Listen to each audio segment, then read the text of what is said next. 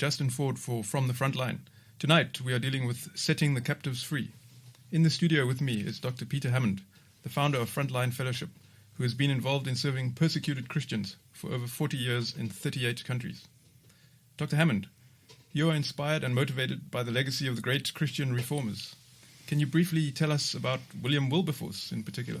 Yes, William Wilberforce was an extraordinary member of Parliament. He was God's politician.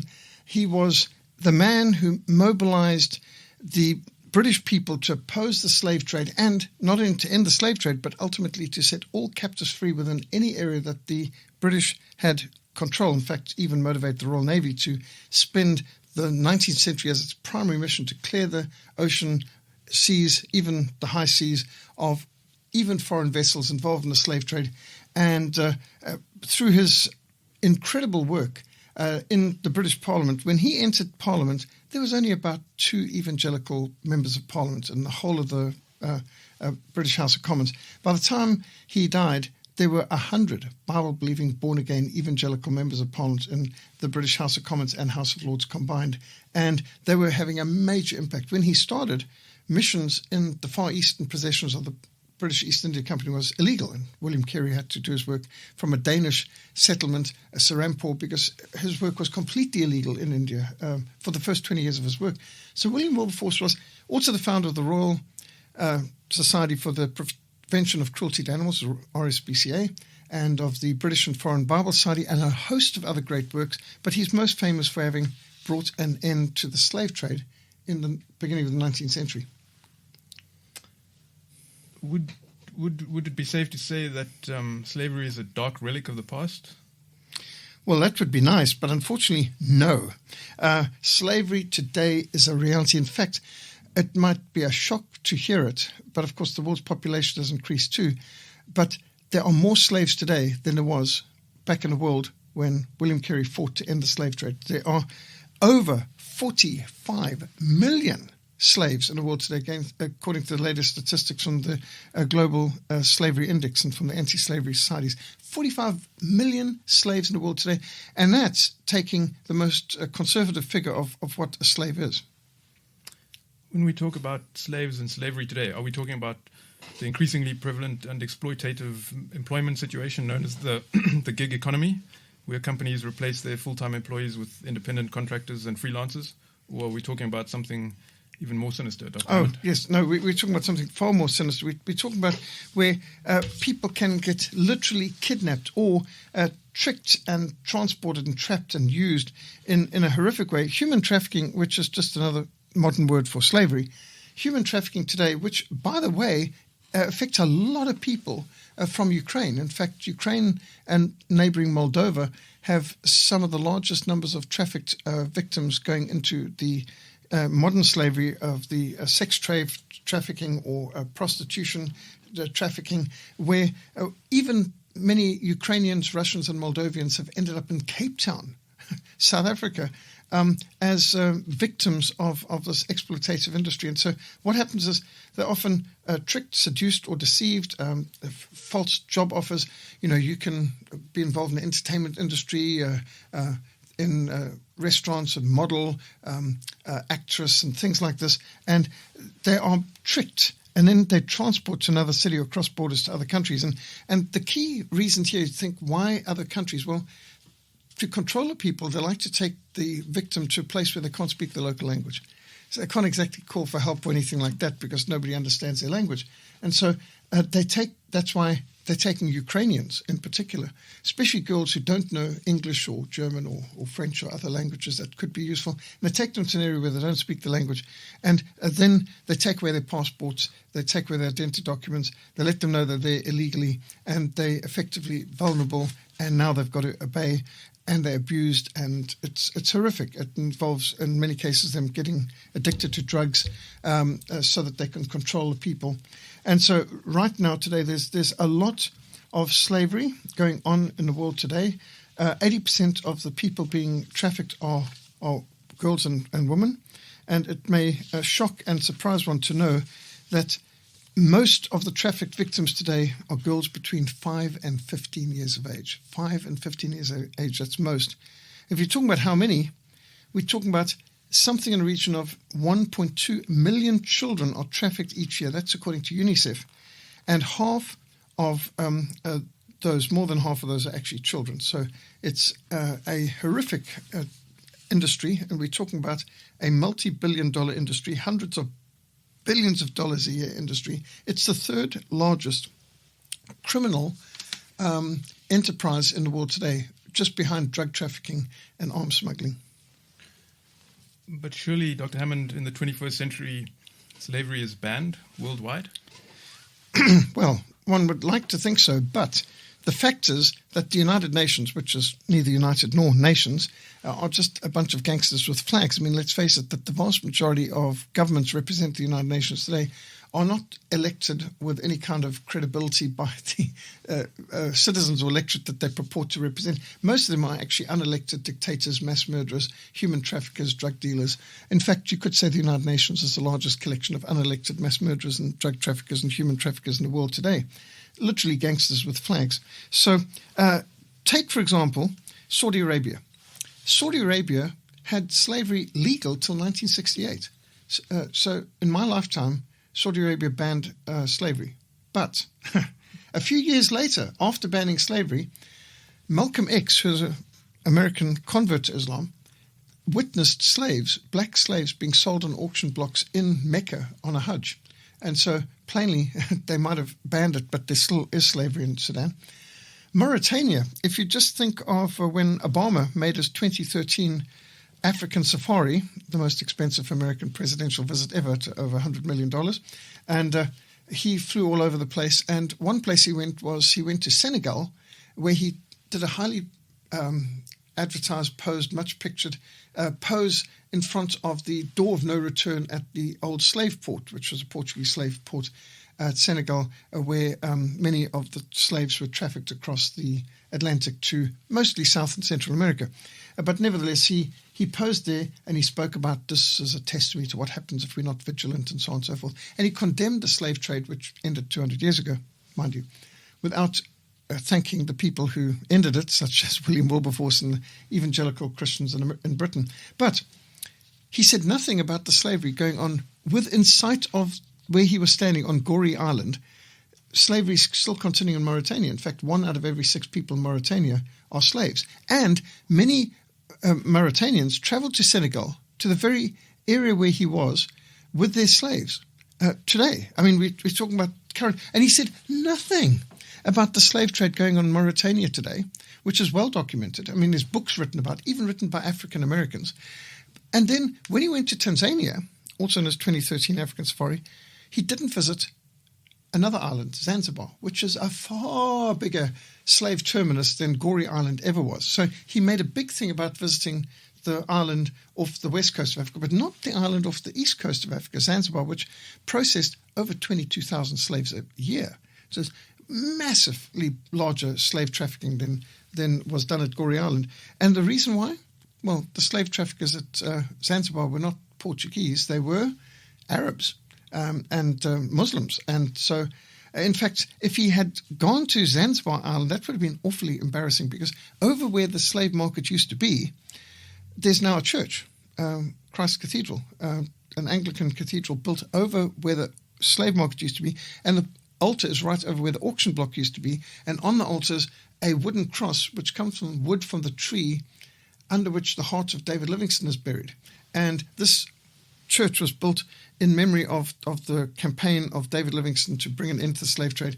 And of course, what's even more embarrassing is that the shortest war in history, in fact, it was in the Guinness Book of Records as the shortest war in history, was inspired by David Livingstone. When David Livingstone died, the British people were grief-stricken over the fact that they had actually abandoned their great hero and had done nothing to help his last great missionary journey. In fact, not one person had seen him off at the docks. And it was an American journalist, Henry Morton Stanley, actually rescued him when he was completely destitute and brought him resupplies and got his testimonies out. And so when Livingstone died and the word was out about it, the only thing the British could do to honour his memory was to close the slave market in Zanzibar, which Livingstone had called for many times. And now Henry Morton Stanley, the journalist, was pushing for it. So the Royal Navy turned up, gave an ultimatum when it was not met. they shelled the palace, and within less than 40 minutes, the white flag came up, shortest war in history, Guinness Book of Records. The slave market was closed, and the British built a church over where the auction block used to be. So you can imagine that Barack Hussein Obama, who was obviously anti-Christian, did not want to go to an island that reminded you of who the slave traders were, the Muslim Arabs, and who the liberators were, in this case the British, the Royal Navy. And intriguing that tale of two islands in Africa. But yes, that just reminds you that it is continuing today. Why would he not have wanted to condemn the slavery going on today? Because it's been carried on by his very friends, the Red Chinese, Muslim Arabs, Saudi Arabia. And so, yes, slavery is a reality today without a shadow of a doubt. Thank you. There are a lot of interesting points in that answer, which I think we'll come back to. First of all, can you just, you mentioned that women and girls are prominent as victims in this modern-day slavery. So would that suggest that there's a sexual aspect to this? Mostly, yes. It would seem that what we think of in the West as human trafficking is overwhelmingly sex trafficking. But if you look at Asia as a whole, most of the slaves in the world today are actually for hard physical labor. And we're talking about well over 36 million of the slaves in the world today are in Asia and are in either communist China or in Muslim Middle East. And they are used mostly for slave labor. So, for example, and this brings up the matter of hypocrisy, you know that many people in the West are condemning those who were involved in the slave trade over 200 years ago, which has ended for more than 2 centuries. But they themselves are participating in and supporting slavery today. Examples. You've got, for example, Jesse Jackson, who was condemning the whites of today. All whites today are guilty because some whites over 200 years ago were involved in slavery. But he was happy to travel as a friend and be a guest of Omar al-Bashir, the dictator of Sudan, who's involved in a vicious slave trade of today, which I've documented in films like Sudan Hidden Holocaust, Terrorism, Persecution, and in my book, Faith Under Fire in Sudan, Slavery, Terrorism, Islam, the Historic Roots and Contemporary Threat. We've documented slavery is going on today in Sudan. In fact, Baroness Caroline Cox of the British House of Lords has travelled to Sudan, and I've cooperated with her on some of these travels. We've met in Sudan even, and she's bought slaves in Sudan with the goal of setting them free, of course, and she's brought American and British journalists out to Sudan, flown them and said, here's the money, go and buy those slaves there, to prove to them, and it was filmed, documented, there's slavery going on today in Sudan under Omar al-Bashir. And Jesse Jackson, who's a race baiter par excellence, will rant and rave about the imaginary guilt of people who, well, they're probably not even related to someone who might have been a slave trader over, 10 generations ago. But in fact, only some whites were involved in the slave trade, and many were involved in fighting the slave trade, millions, in fact. And but he's happy to be a guest of one of the biggest slave traders in the world at that time, which is Omar al-Bashir, the dictator of Sudan, who was waging genocidal warfare against his people. And this isn't just my opinion. Omar al-Bashir, after nearly 30 years in power, was overthrown by his own people and is on trial for things like genocide, mass murder, corruption, slavery, and so on, and is wanted by the Hague International Court of Justice for these very crimes. So this isn't just some accusation being made against him. This is well documented. So, but quite aside from that, think of other hypocrisy. How many people buy goods made in China? Red China, I mean.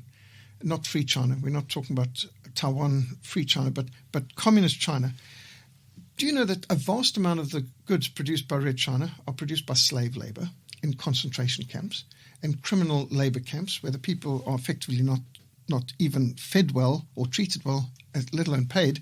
So consider Walmart, one of the biggest chain stores in America. Most of their goods come from China. Disney World, it seems like all their toys are made in China. And consider McDonald's, where all their toys are made in China. So how many people happily support McDonald's, Walmart, and Disney, which is making use of slave labor? They'll condemn the slavery that ended over 2 centuries ago, but they'll participate in supporting the slavery that takes place today. Now, just take, for example, a man like William Wilberforce or William Carey.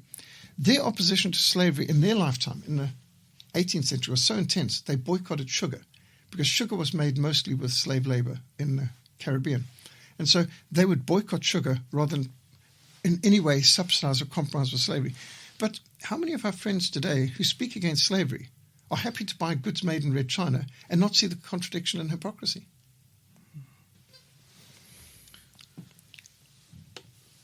Can you clarify some of the terminology that's involved in this subject and industry? Is what we call a trafficker the same as what would have been called a slave trader in David Livingstone's day? And does the term trafficker also encompass, in terms specifically in the sexual aspect of modern day human trafficking, pimps and madams? And would they be the new slave drivers?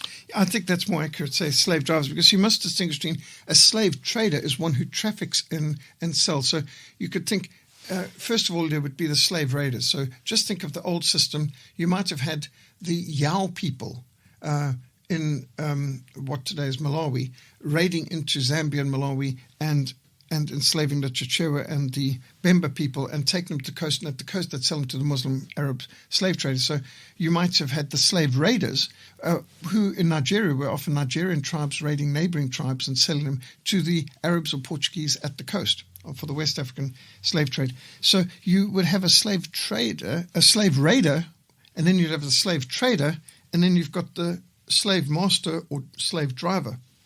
And so we should distinguish between those who actually traffic the victims, who trick, transport, and trap them. But then you get the slave drivers, so to speak, who use them. And they would be the pimps, the brothel madams, and so on. But of course, bear in mind that while sex trafficking is a significant minority of slavery today, it isn't the majority. The majority of slaves today are for still slave labor.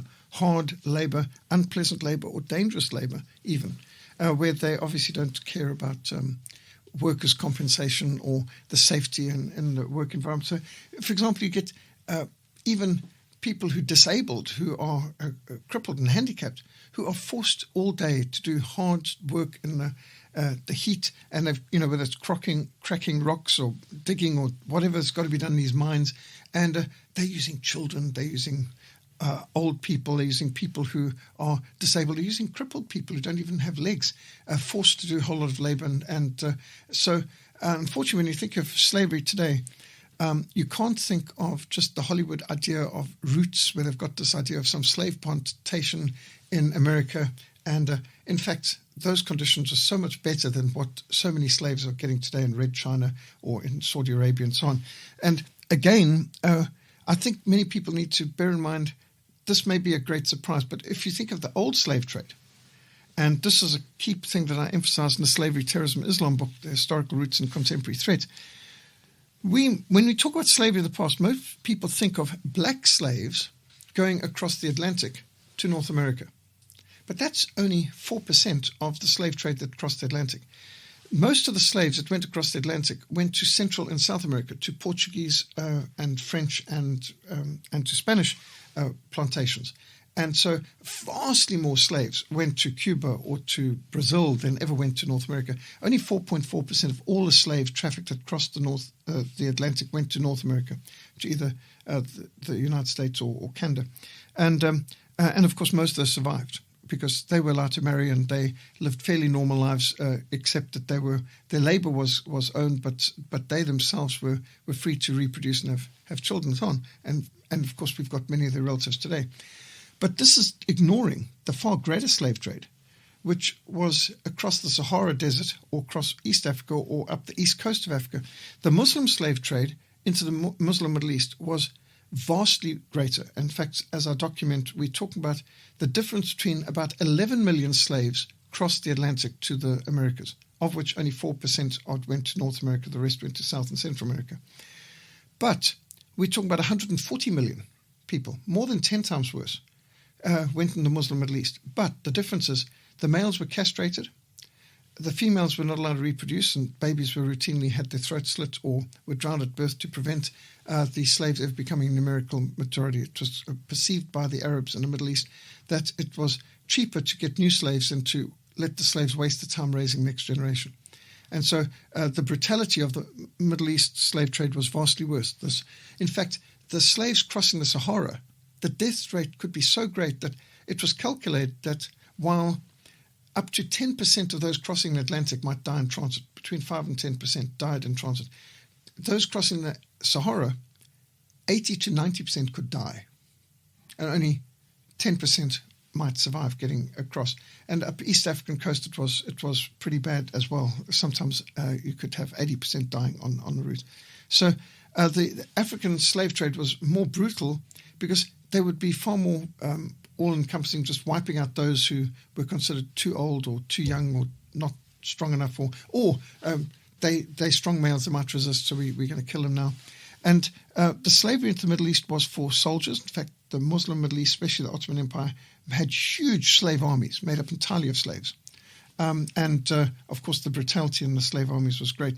They had massive harems to the extent that you could have a sultan having 7,000, 8,000, 12,000 women in their harems, and ridiculous numbers like that. So there was a colossal appetite for sex slavery in the Muslim Middle East, whereas most of the slaves who crossed over into the Americas were there for agricultural work. So you've got a very different type of slavery, but again, people are normally knowing nothing at all about the trans-Saharan slave trade, the East African slave trade, and the Indian Ocean slave trade, which was vastly more. But people have also forgotten the white slave trade. There was 1.1 million white European Christians were kidnapped just between the years 1500 and 1800 across the Mediterranean. And that's, in fact, one reason why Europe got involved in taking North Africa, was to stop the incessant Barbary pirate slave raids on southern Europe throughout the Mediterranean. In fact, some slave raiders went as far as Ireland, Iceland, Great Britain, and you still see towers around those coasts for watching out for the Barbary pirates. In fact, the first foreign military activity of the United States was Marines being sent to the shores of Tripoli because of the amount of Barbary pirates who had kidnapped American sailors. And the first two American administrations, Washington and John Adams' administrations, spent most of their budget, sometimes 80% of the federal government budget, on paying bribes and protection racket money to Muslim slave traders to leave American sailors alone, because America hadn't built up a strong enough navy. And only by the time of Thomas Jefferson did America have a strong enough navy, and now the Marines were trained, that they could launch a war against the Barbary pirates and end the targeting of the American sailors on the high seas, and burn the slave raiders' palaces in Tripoli. So, and that's still in the Marine songs, to the shores of Tripoli, and most people may have forgotten where that came from. So when you think of slavery, bear in mind the etymology of the word slave comes from the word Slav. The Slavs were the East Europeans. I'm talking about the Russians, for example. They're Slavs. And the Bulgarians are Slavs. And the Serbians are Slavs. The Romans treated the East Europeans, the Slavs, as their slaves, and hence the very term slave is tested with the fact that most slaves in the Roman Empire were white people, and they came from Eastern Europe, and many actually came from Britain. And in fact, St. Patrick, who is an icon amongst Irishmen, he was enslaved by the Irish. And here's an English boy enslaved by the Irish, and he later came back as an evangelist and missionary to the very people who had enslaved him, which is extraordinary. When many people think, as Irish as Patrick, well, Patrick wasn't Irish, but he did convert the Irish to Christianity. So I don't think there's a proper understanding of slavery. And when people realize how much slavery has devastated Europe in the past and still is, in fact, you could say virtually every palace, harbour, fortification, the whole of North Africa was built by white slaves, enslaved from Europe, in many cases Christians, brought over by Muslim slave traders. And that changes the whole equilibrium. So even when you think of who were the most brutal Europeans involved in slavery, the Spanish and the Portuguese, where did they learn from? Well, they were for 800 years under the Arabic Moors. So the Moors, who named Moors after Morocco, the Moors had conquered Spain and Portugal, Iberian Peninsula, and enslaved the people for 8 centuries. And so when the Reconquista was complete and Spain and Portugal were freed from Islamic caliphate, the Caliphate of Cordoba, they started to do what they had been taught. Now it was their turn to enslave the Africans who had been enslaving them, which of course is not Christian, not right, and in no way am I justifying it, but the Spanish and the Portuguese learned the slave raids and slave trades from the very Muslims from North Africa. So when you get the context, the whole picture looks somewhat different. Is it true that the North African Islamic aggression initiated the age of exploration? Not really, except indirectly. So what you could say is that because they had seized the Middle East, what used to be the birthplace and the heartland of Christianity, therefore the trade routes across the Middle East to Asia were blocked, and no longer could the Marco Polos and so on of Europe be traveling overland to visit China and Japan and so on. But now they'd have to find sea routes to go around. So in one sense, while the Arabs weren't the ones who initiated the age of exploration, they did provoke or make it necessary by their incessant piracy attacks, the huge amounts of taxes placed on anyone trying to travel across the territories. And so you could say that Christopher Columbus' sailing the ocean blue in 1492 was inspired by the desire to bypass the Islamic blockage to be able to reach the markets in the East. Okay, back to modern slavery. You've mentioned Russia, Ukraine, Moldova. You've mentioned the horrendous slave labor in Red China. But now, how does this impact on South Africa? Are South Africans being enslaved? Actually, yes. So what happens is that we had this ridiculous situation when we were heading to World Cup soccer, and some of you may recall that we actually had the National Police Commissioner and head of Interpol, Jackie Selebi, back in 2007, recommend to Parliament that prostitution be legalized in time for the 2010 Soccer World Cup hosted in South Africa. ANC members of Parliament were recommending prostitution be legalized for 2010. I mean, if you thought soccer was all about football, obviously you're mistaken. It's apparently about red light districts. The Durban municipality announced they wanted to create a red light district for the sex industry. And, well, interesting how the head of Interpol, National Police Commissioner of South Africa, Jackie Selebi, was ultimately removed from office because of his extensive corrupt links with organized crime syndicates. So Doctors for Life, our good friends, put together a major paper exposing that human trafficking and prostitution is inextricably linked. And they quoted the American State Department at that time that 800,000 people were being trafficked internationally. Now, it's now up to 1.2 million, according to UNICEF. But they said this excluded the trafficking within countries. 80% of the victims trafficked internationally were women and girls, half of which were children. And the majority of female victims trafficked for purpose of sexual exploitation. And that if you legalize prostitution, you would have very great difficulty in dealing with human trafficking, because human trafficking and prostitution are two sides of the same coin in many cases. And in fact, we've seen this in Cape Town. You might recall that under Mbeki, vice squads were abolished. The South African Police Service no longer had vice squads. In fact, they abolished all special task forces except the illegal diamond buying, which lets you know what's really important. Because remember, every diamond in the country, whether it's on your farm or whether you found it at the bottom of the Orange River off the coast, it all belongs to De Beers, because every uncut diamond's theirs by law. And so the illicit diamond buying, or IDB, is the one special task force still in existence. But vice squad, obviously not important. So they didn't see dealing with prostitution and things like this as a problem. But in Cape Town, thanks to the Cape Town Metro, we still have a vice squad in Cape Town. So the Cape Town vice squad was able to find that there was a huge amount of human trafficking here. In fact, they showed that the House of Rasputin and Teasers and Mavericks, some well-known escort agencies, which are just thin covers for brothels, were involved in human trafficking. And this came into court, and so this isn't my opinion. I'm just quoting from what prosecutors said and what witnesses said in the stands, what was reported in the media, but that they were taking girls from Ukraine and Moldova, in particular, and bring them to Cape Town because they couldn't speak the local languages and they would be more vulnerable.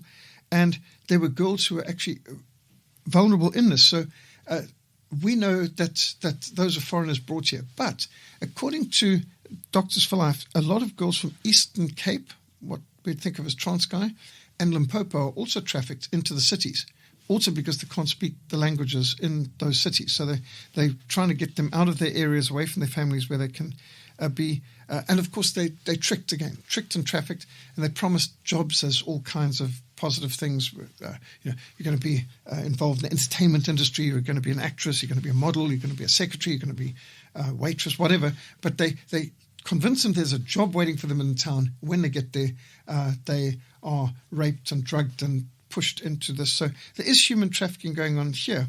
Now, I've actually encountered some of this. So, for example, I was taking teams into downtown Durban to do outreaches outside each of these brothels. And we were outside Galaxy. And I'd actually been entrusted with looking after Erla Stegan's eldest daughter at that stage. And that was quite a responsibility. And she was taking pictures, and we were singing and distributing literature. And, of course, you can imagine there's no customers coming in while you've got Christians outside doing that.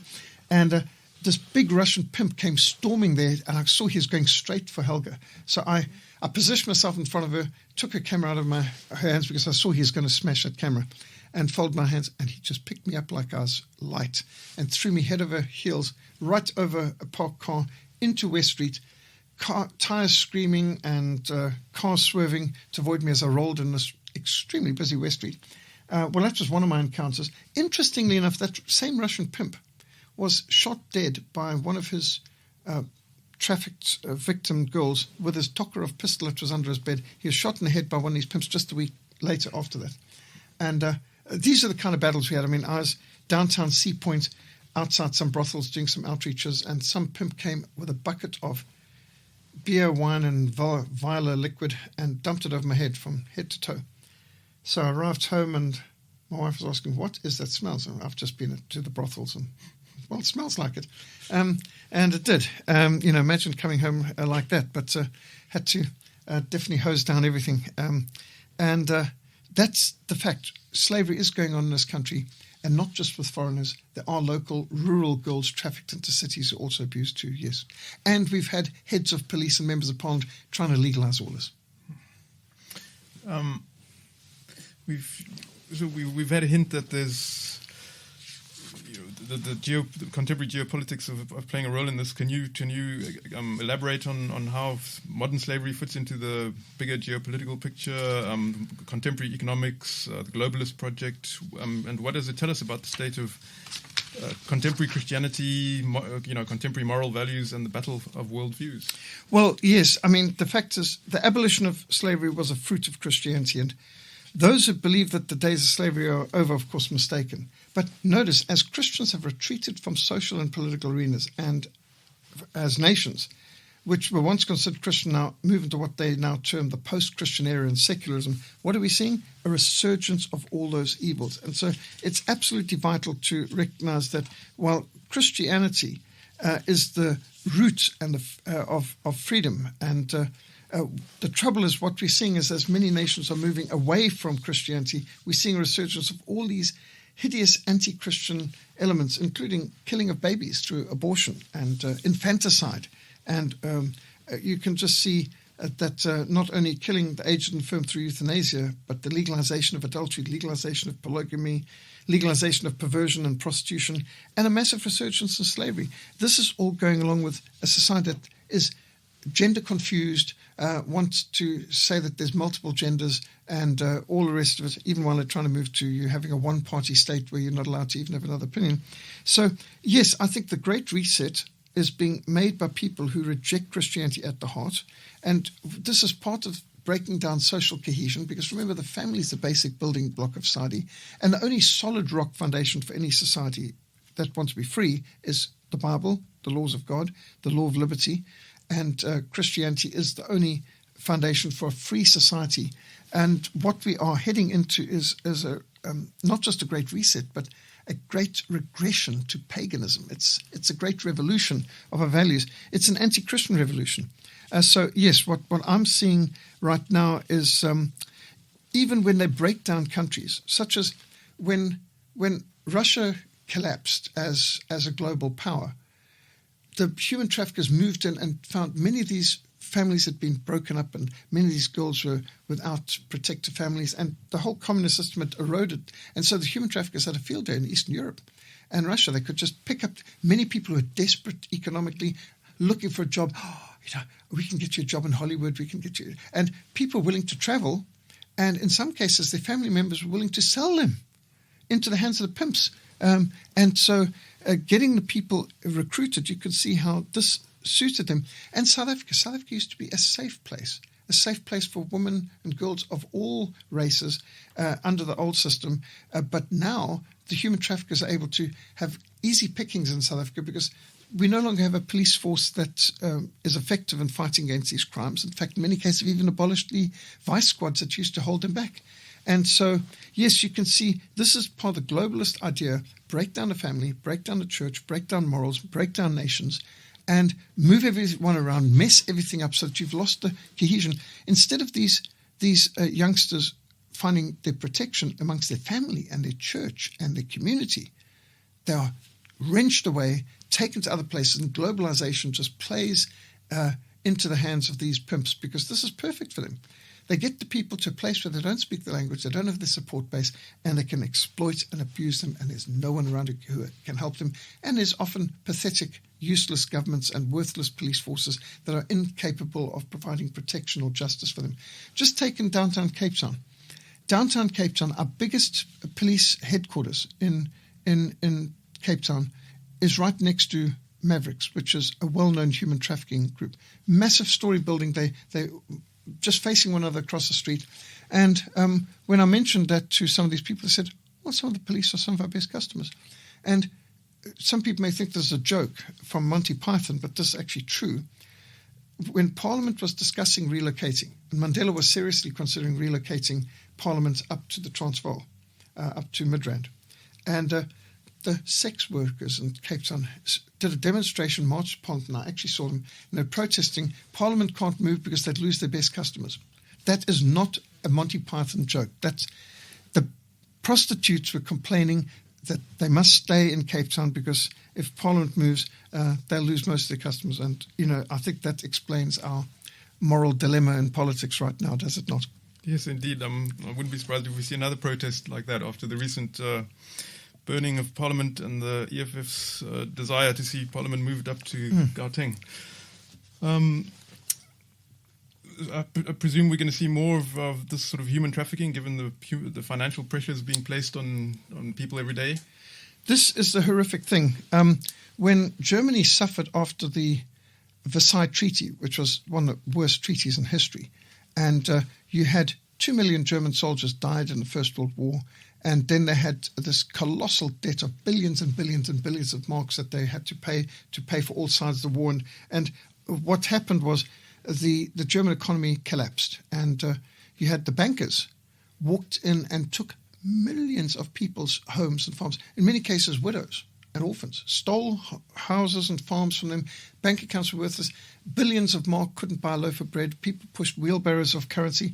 And what happened? In Berlin, 800 sexually orientated businesses set up, all run by Jewish bankers and others and their relatives. The world's first sex change operation was done in Berlin by a Jewish doctor to a Jewish transvestite who wanted to have a sex change, and the patient died on the table, by the way. And so this was the context behind where the National Socialists came and said, we're going to clean this up. And, of course, many of the people who fled the country were fleeing because they were about to get prosecuted for running brothels. And in many cases, you had war-wounded soldiers who were getting no help.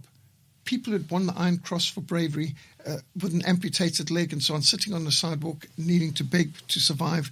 And this was the environment in which the resistance to communism came, because they saw the Versailles Treaty had made their money worthless. They'd lost their homes, they'd lost their farms, they'd lost their estates. Widows were forced into prostitution to feed their children, which is what was going on in Berlin. And this is the context that explains the incredible popularity of the National Socialists when they brought solutions to this and ended this and gave work and chased out the pimps and prostitution dens and closed down these sexually oriented businesses and cabarets and whatever else that was going on in that place. And so wherever you break down the economy of a country, you make people desperate, and mothers will often do anything to feed their children. And that's the context that this is why the Ukrainian girls are so vulnerable. They lose their homes, they lose their And in the end, what do they have to live on? Well, someone's going to offer them money or food in exchange for selling their bodies. And so, yes, I think this is part of the goal of the globalists with the great COVID cult, lockdown, lunacy, masquerade madness, national suicide, economic suicide, and now agricultural suicide. What's the goal?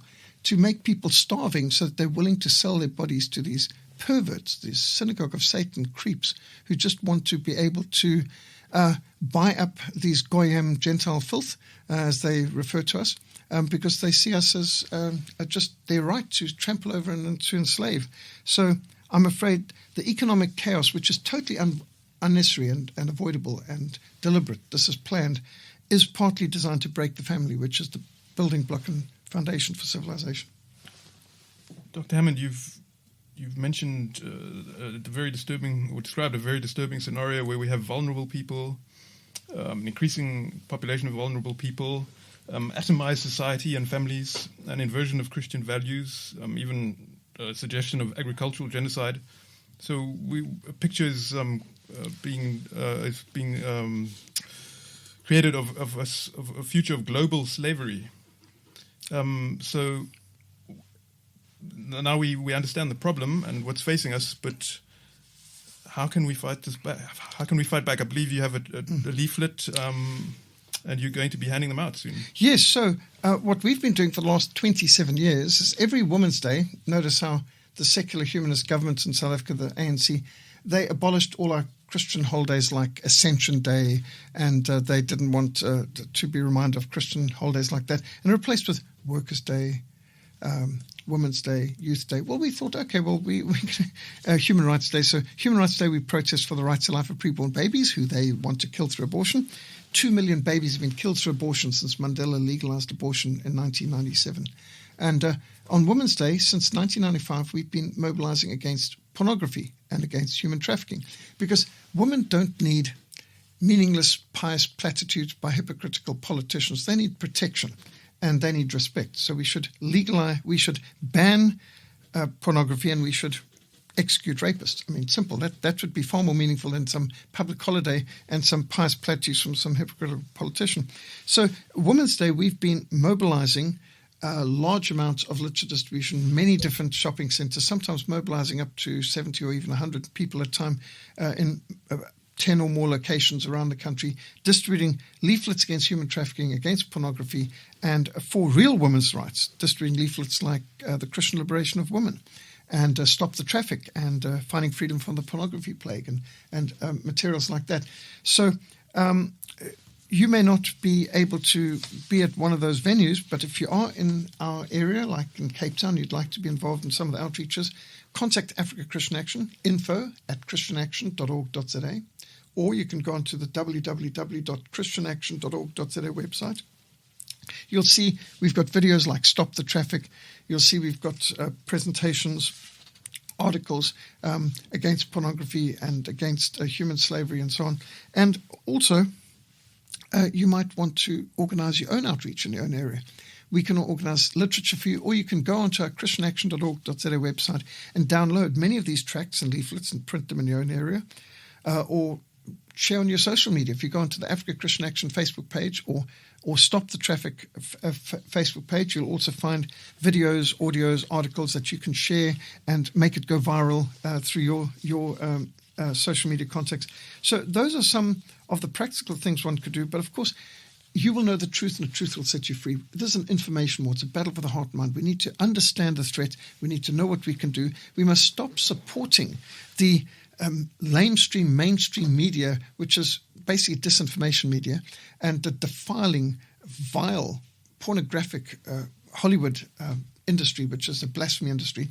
We need to support alternative Christian films and alternative media, and not the mainstream media, and get on the mailing list of groups like Christian Action and Doctors for Life, Stop the Traffic, and see what you can do. I'm sure we can all do something in order to stand for life and for faith and for freedom. We pray for a revival of Christian family values.